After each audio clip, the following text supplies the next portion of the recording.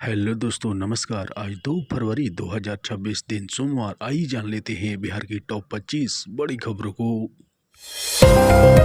वित्त मंत्री निर्मला सीतारमण ने देश का आम बजट पेश कर दिया है। इस बार के बजट में सरकार की तरफ से कई बड़े वायदे किए गए हैं। वित्त मंत्री निर्मला सीतारमण का यह 9वां बजट रहा है। अपने बजट में वित्त मंत्री ने कई बड़ा ऐलान किया है, जिसमें कस्टम ड्यूटी घटाने के साथ साथ 7 हाई स्पीड रेल कॉरिडोर और 1000 क्लिनिकल ट्रायल साइट्स की भी घोषणा की गई है। हालांकि केंद्र सरकार के तीसरे बजट में टैक्स से जुड़ी उम्मीदों के मुताबिक कोई बड़ा ऐलान नहीं हुआ है। हालांकि स्वास्थ्य के क्षेत्र में बजट में कैंसर और शुगर समेत 17 दवाओं पर सीमा शुल्क को खत्म कर दिया गया है। हालांकि कई प्रोडक्ट्स पर कस्टम ड्यूटी घटाए जाने से जूते, चप्पल, स्मार्टफोन के अलावा कई मिडिल क्लास के उपयोग की चीजें सस्ती हो गई है। सरकार की तरफ से अपने बजट में एमएसएमई सेक्टर को बढ़ावा देने के लिए कई बड़े फंड की घोषणा की गई है। वहीं पशुपालन के क्षेत्र में रोजगार को बढ़ाने के लिए क्रेडिट लिंक्ड सब्सिडी प्रोग्राम शुरू की जाएगी। इसके अलावा एआई का एग्री टूल किसानों की उत्पादकता को बढ़ाने और उन्हें बेहतर फैसले लेने में मदद करेगा।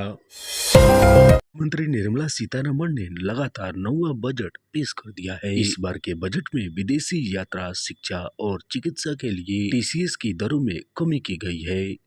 इसके अलावा 17 तरह की एंटी कैंसर दवाओं और दुर्लभ बीमारियों की दवाओं को कस्टम ड्यूटी से छूट दी गई है। इसके अलावा अब भारत में रहने वाले विदेशी नागरिकों की विदेश से होने वाली आय पर कोई टैक्स नहीं लगेगा। इस बजट को प्रधानमंत्री ने युवा शक्ति बजट बताया है। प्रधानमंत्री ने कहा है कि भारत अब ऑरेंज इकोनॉमी की ओर तेजी से आगे बढ़ रहा है। इस बजट को लेकर प्रधानमंत्री ने कहा है कि यह बजट मेक इन इंडिया और आत्मनिर्भर भारत अभियान को नई रफ्तार देने के लिए महत्वाकांक्षी रोड मैप पेश किया गया है और यह बजट एमएसएमईज को लोकल से ग्लोबल बनने की नई ताकत देने वाला साबित होगा। प्रधानमंत्री ने कहा है कि भारत ऑरेंज इकोनॉमी की ओर बढ़ रहा है और यह बजट अपार अवसरों का हाईवे है, जो 2047 के विकसित भारत की हमारी ऊंची उड़ान का आधार है।